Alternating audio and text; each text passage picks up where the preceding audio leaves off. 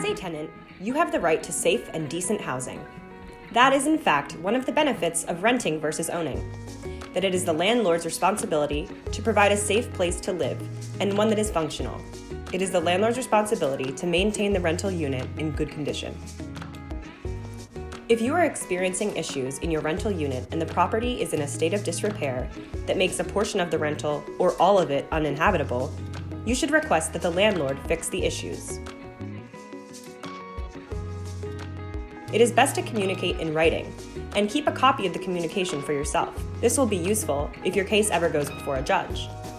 When asking that a landlord make repairs, it is helpful to also let the landlord know your schedule and when you are available to receive workers in the unit.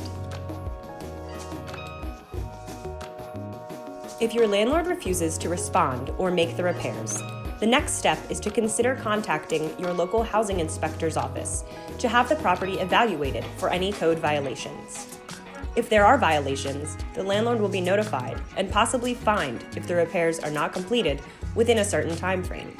When you communicate your complaints to the landlord, you should also mention that if the repairs are not addressed, then you are planning on withholding rent payments. Withholding the rent might motivate your landlord to complete the repairs. Another possibility is that it prompts your landlord to initiate an eviction case for non-payment of rent.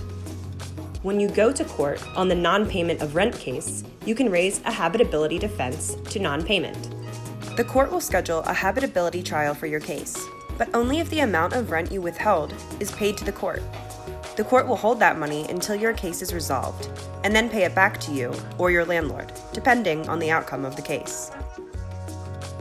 Some tenants who experience habitability issues or a property that is in disrepair with an unresponsive landlord would rather move out than pursue a habitability defense to non-payment of rent.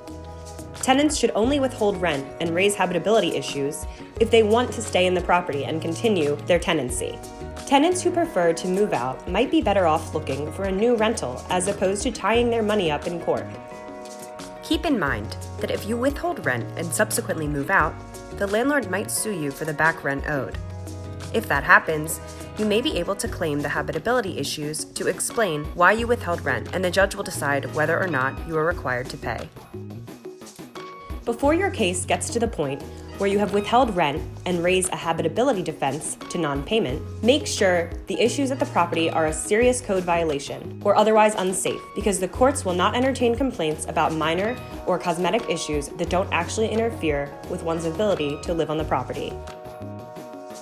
For more information or further assistance, reach out to Central Jersey Legal Services